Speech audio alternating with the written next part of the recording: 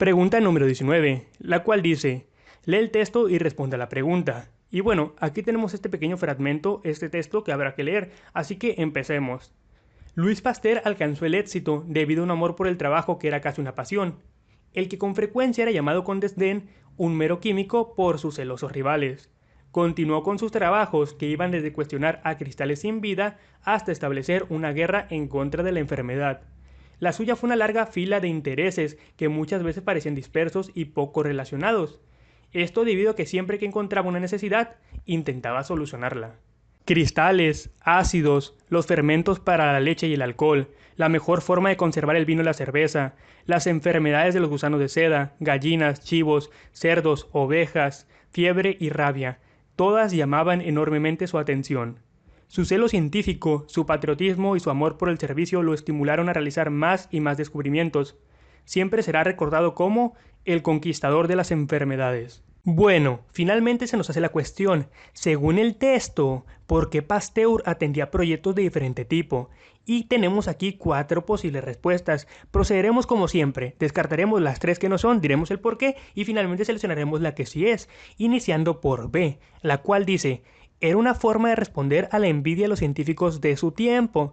¿Es esto correcto o incorrecto? Evidentemente es incorrecto. Si bien es cierto, se menciona científicos de su tiempo de otra manera, pero es básicamente lo mismo en el primer párrafo, en esta parte que dice, el que con frecuencia era llamado con desdén un mero químico por sus celosos rivales, obviamente haciendo referencia a la envidia y que querían hacer de menos a Pasteur, pero pues realmente no se logró. Sin embargo, en estos 3 párrafos que tenemos aquí, no profundiza más allá de solo comentarlo en esa parte. Por lo tanto, independientemente si en la vida real ese era su propósito, estos 3 textos o 3 párrafos simplemente no nos indican eso, por lo tanto B se descarta, porque no tiene nada que ver.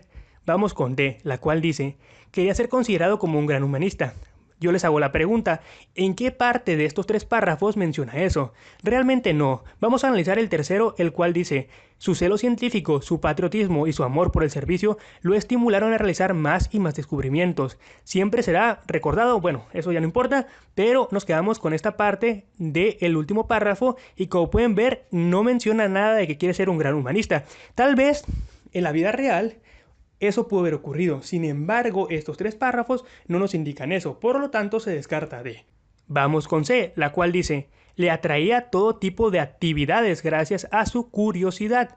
¿Es esto real o es mentira? Bueno, uno pudiera pensar que es verdad, sin embargo, en la última parte del primer párrafo, miren lo que menciona, la suya fue una larga fila de intereses que muchas veces parecían dispersos y poco relacionados. Esto debido a que siempre que encontraba una necesidad intentaba solucionarla. Por lo tanto, si bien es cierto eran variadas, él solo se enfocaba donde había un problema que resolver. Y ese era su enfoque, ese era su objetivo. Él no se iba a ir a meterse de contador o administrador, simplemente donde hubiera un problema y realmente relacionado con la biología o la química es donde él atacaba. Así que de ninguna manera es C, porque generaliza demasiado con todo tipo de actividades, así que evidentemente la respuesta es A, la cual dice, siempre quería resolver todos los problemas que encontraba. Efectivamente, como habíamos mencionado, justamente lo que mencionamos aquí, ¿no? La suya fue una larga fila de intereses que muchas veces parecían dispersos y poco relacionados. Esto debido a que siempre que encontraba una necesidad, intentaba solucionarla. Por lo tanto, la respuesta sí, evidentemente es A. Muy bien. Pregunta número 20, la cual dice, ¿a cuál tipo de texto pertenece el ejemplo? Y bueno, aquí tenemos este pequeño párrafo que habrá que leer, así que hagámoslo. La hidrología es la ciencia que estudia las propiedades físicas, químicas y biológicas del agua, su ocurrencia, circulación y distribución sobre y debajo de la corteza terrestre, así como su presencia en la atmósfera y sus relaciones con el medio ambiente y con los seres vivos.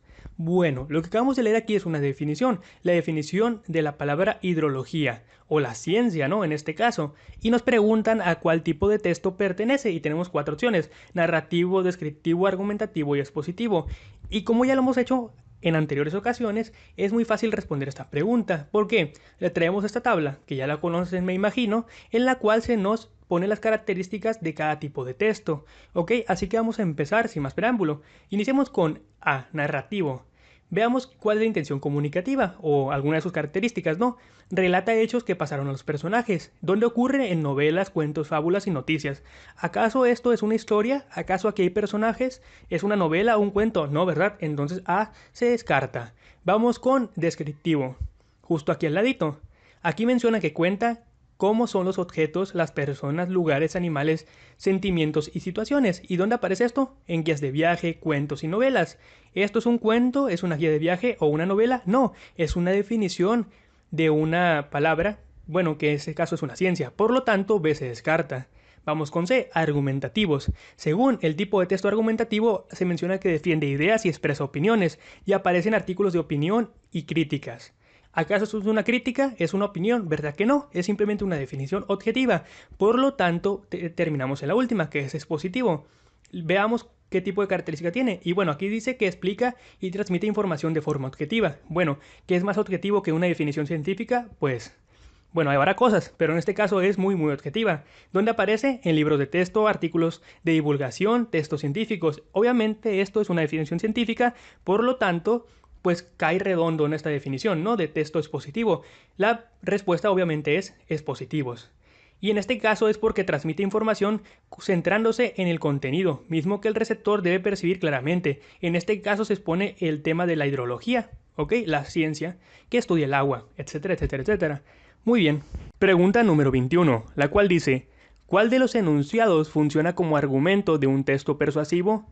Bueno, tenemos aquí 4 enunciados o 4 oraciones, las cuales habrá que leer y analizar detenidamente. Sin embargo, antes de empezar con ello, es importante que entiendas una cosa. Cuando en un enunciado o una pregunta se nos cuestiona por argumento de un texto persuasivo o un texto persuasivo, se nos hace referencia a que tenemos que encontrar algo muy específico.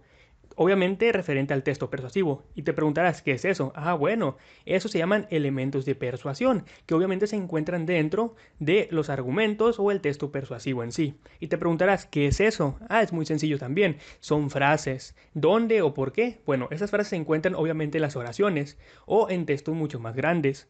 Y estas frases tienen un objetivo muy específico, o bueno, pueden ser varios, pero en este caso los principales son 3, aunque no se limita únicamente a ellos. El primero sería cambiarnos la opinión, es decir, cambiar tu opinión por la de ellos. La segunda sería vendernos algo, puede ser una opinión o puede ser un objeto. Y la tercera es obligarnos, pero esto lo pongo muy entre comillas, porque aquí es el uso de sentimientos o decirnos que, por ejemplo, todo el mundo lo hace porque tú no, etcétera, etcétera, etcétera. ¿Ok? Bueno, teniendo en cuenta esto y teniendo presente esto, es importante ahora sí a ponernos a leer. Así que vamos a empezar con las 3 que no son y finalmente seleccionaremos la que sí es, empezando por B, la cual dice, se dice que habrá muchos cambios en el clima del mundo entero. Bueno, yo les pregunto, si ya saben que tenemos que encontrar elementos de persuasión, que son como cambiar la opinión, vender algo, obligarnos, etcétera, les hago la pregunta, ¿en esta oración se les busca cambiar de opinión? ¿Venderles algo? ¿O obligarlos a algo? No, evidentemente no, simplemente es una oración sencilla. Se dice que habrá muchos cambios en el clima del mundo entero. Incluso si le pones acá una referencia de alguna página científica, pudiera ser un hecho objetivo. Sin embargo, no te dice que cambies tu opinión, ¿ok? No busca convencerte de algo, ¿ok? Esto pudiera ser un hecho. Muy bien, se descarta simplemente porque pues no cumple con ninguna de estos requisitos. D. Cada uno tiene su opinión sobre los problemas de su país. Bueno, en este caso, si lo notan, es totalmente diferente a persuadirte, ¿verdad? Simplemente lo deja muy claro. Cada uno tiene su opinión sobre los problemas de su país. Si cada uno tiene su opinión, no es cuestión de debatir o hacerte cambiar la tuya o venderte algo o obligarte incluso. De hecho es totalmente liberal. Tú tienes la tuya, yo tengo la mía, pues manténganse igual, ¿no? Entonces de se descarta simplemente porque por definición pues no te está persuadiendo. Muy bien, vamos con C. Trataremos de cumplir con nuestras obligaciones. Bueno, de nuevo, haces este análisis. ¿Te busca cambiar de opinión? ¿Te busca vender algo o te busca obligarte a algo? ¿Verdad que no? Simplemente dice, trataremos de cumplir con nuestras obligaciones. Me parece perfecto. Tú cumple con las tuyas y yo haré lo que yo quiera. Pero tú no me dices que yo cumpla con tus obligaciones o las de alguien más. ¿Ok? No es como el Estado diciéndote, tienes que pagar la manutención de tus hijos. ¿Ok? Es muy diferente, ¿verdad? Entonces finalmente llegamos con A, la cual evidentemente es la respuesta, la cual dice, como es bien sabido, todos debemos cuidar del medio ambiente. Les hago la pregunta, ¿busca cambiarte la opinión, venderte algo, obligarte, entre no queriendo? Bueno, la respuesta es la tercera. ¿Por qué? Miren, al inicio de esta oración llega y pone sobre la mesa algo muy fuerte, como es bien sabido. Es como si fuera un hecho, tal vez un hecho científico, pero todo el mundo lo sabe. Y después de esto, después de la coma, menciona, todos debemos cuidar del medio ambiente. Y cuando dice todos debemos cuidar del medio ambiente, se refiere a todo el mundo, se refiere a ti, a mí, a tu papá, a tu abuelito, etcétera. Es decir, que de una u otra manera te está obligando o te quiere persuadir. Por eso A es la respuesta correcta, porque incluye a todo el mundo. No porque aquí dice todos, sino porque realmente lo que busca es introducirte, como es bien sabido, ¿ok? Es algo que está 100% comprobado, se pudiera decir, todos debemos cuidar del medio ambiente. ¿Ok? Es el conjunto de todo esto, no que diga todos. Entonces, como conclusión, podemos decir que los textos persuasivos, pues de alguna manera buscan hacer lo que dice su palabra, ¿no? Persuadirte. Bueno, sería A entonces. Perfecto. Pregunta número 22. En el siguiente párrafo, ¿qué expone la frase resaltada en negritas? Bueno, tenemos este pequeño párrafo y justamente en su última sección tenemos la parte marcada en negritas. Habrá que leerlo y comprenderlo para así solucionarlo correctamente. Empecemos. Los estudios médicos tuvieron su más activo impulsor en el doctor Pedro Escobedo, escritor, cofundador de la Academia de Medicina, creador de varias juntas de sanidad y promotor de la impresión de la farmacopea mexicana, para lo cual obtuvo un subsidio del gobierno. Era muy generoso ya que gastaba parte de su exiguo sueldo en libros e instrumentos que regalaba a sus discípulos. Y bueno, regresando a la pregunta, la cual era, ¿qué expone la frase resaltada en negritas? Y tenemos 4 opciones, un dato, una cita, un hecho, una opinión. Y aquí es donde me surge la cuestión a mí. ¿Saben la diferencia entre cada una de estas opciones? Bueno, si no la saben, aquí las vamos a ver, porque no podemos responder simplemente sin saber la definición o las características de cada una. Bueno, empezando primeramente con un dato. Los datos son elementos objetivos de un texto, que pueden ser comprobados por el lector. Ejemplo de ellos son las fechas, los lugares, las personas, las publicaciones, entre otras. Una cita. Una cita textual es la mención de una frase dicha por otra persona dentro de un discurso propio. Un hecho. Los hechos son acontecimientos o sucesos que ocurren por la acción de la naturaleza, por ejemplo la caída de granizo, o por la obra de los animales, por ejemplo cuando se comen una cosecha. A todo lo anteriormente dicho se le conoce como hechos naturales, y a los hechos realizados por el ser humano se les conoce como hechos humanos. Ahora, como nota, nótese lo siguiente, si yo por ejemplo menciono el hecho de la construcción del Titanic, sería un hecho, obviamente un hecho humano. Si a esto le agrego una fecha de construcción y un lugar de construcción, sería un hecho más un dato. Y si a esto le llego a agregar yo, por ejemplo, la cita de algún tripulante, digamos el capitán, pues sería un hecho más un dato más una cita, es decir, algo que comentó el capitán. Vean cómo es una mezcla o un collage de todos estos elementos. Bueno, esto es posible, simplemente como anotación. Y finalmente, definamos una opinión. Y una opinión es un juicio subjetivo que se forma sobre algo cuestionable. Buscan influir en la forma de pensar y actuar. Las opiniones deben apoyarse en argumentos. Simplemente como otra nota, una opinión es un hecho subjetivo, pero un dato es un hecho objetivo. Muy bien. Bueno, según la pregunta, se nos pide que identifiquemos la parte en negritas a que corresponde, un dato, una cita, un hecho o una opinión. Así que ya podemos descartar algunas. Por ejemplo, un dato. Yo les pregunto, ¿esta frase en negritas acaso es una fecha, un lugar, una persona, una publicación? ¿Verdad que no es nada de eso? Como no es ninguna de estas, entonces se descarta. Una cita tampoco puede ser, porque una cita bien se dice aquí, es mención de una frase dicha por otra persona, dentro de un discurso propio. Ustedes miran aquí alguna frase hecha por una persona, obviamente tenemos elementos de otra persona, que es el doctor Pedro Escobedo, pero en la parte en negritas no menciona nada acerca de una cita o una frase. Entonces, por lo tanto, se descarta. Ahora bien, aquí la cuestión ¿es un hecho o es una opinión? Muy bien. Miren, la clave está al inicio. La parte en negritas dice, era muy generoso ya que gastaba parte de su exiguo sueldo en libros e instrumentos que regalaba a sus discípulos. Esta última parte, miren el cursor, gastaba parte de su exiguo sueldo en libros e instrumentos que regalaba a sus discípulos es un hecho, ¿ok? Es un hecho, ¿por qué? Porque es una acción humana.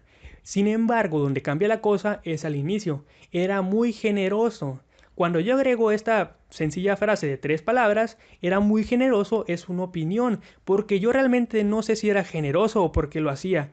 Entonces, al momento de agregar generoso, tú tienes una opinión subjetiva de lo que era esta persona. ¿Entienden? ¿Tú cómo sabes que era generoso? Es tu opinión, pero tal vez así no es la realidad. Entonces, como es un dato subjetivo, por lo tanto se va a opinión y no a un hecho, aunque dentro de esta opinión hay un hecho, la cual ya mencioné, que gastaba parte de su sueldo en libros e instrumentos que regalaba a sus discípulos.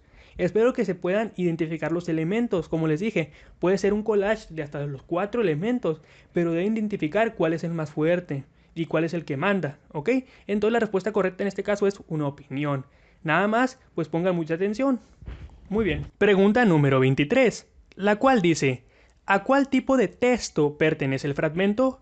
Bueno, tenemos este pequeño párrafo, pequeñísimo párrafo, el cual tenemos que clasificar en estos 4 posibles tipos de textos.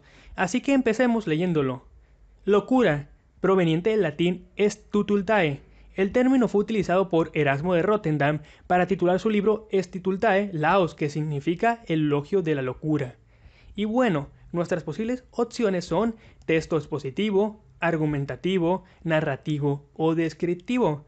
Para nuestra fortuna ya hemos hecho con anterioridad 3 ejercicios parecidos, los cuales como siempre tenemos esta tablita, la cual tiene características y definiciones de cada tipo de texto. En este caso no vamos a descartar las primeras 3 que no son para responder la que sí es al final, sino que vamos a ir directamente a ello, ya que con la tablita es muy fácil darnos cuenta cuál es, además de que ya hemos hecho ejercicios similares.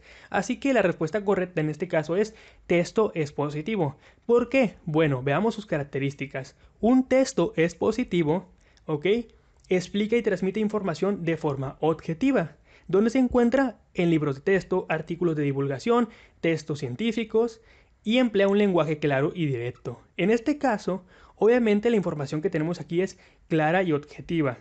¿Ok? ¿Dónde se encuentra? Bueno, no lo sabemos, pero es muy fácil ver que es una definición, porque siempre en las definiciones que uno encuentra en libros o incluso en la misma Wikipedia, si es una palabra que proviene del latín o del griego, lo menciona justo enfrente.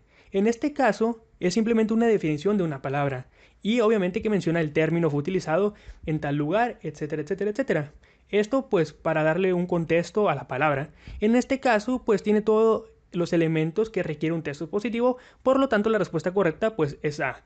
Obviamente si tú quieres comparar la respuesta con los otros tipos de textos, adelante, pero es muy fácil darse cuenta pues que la respuesta es la A.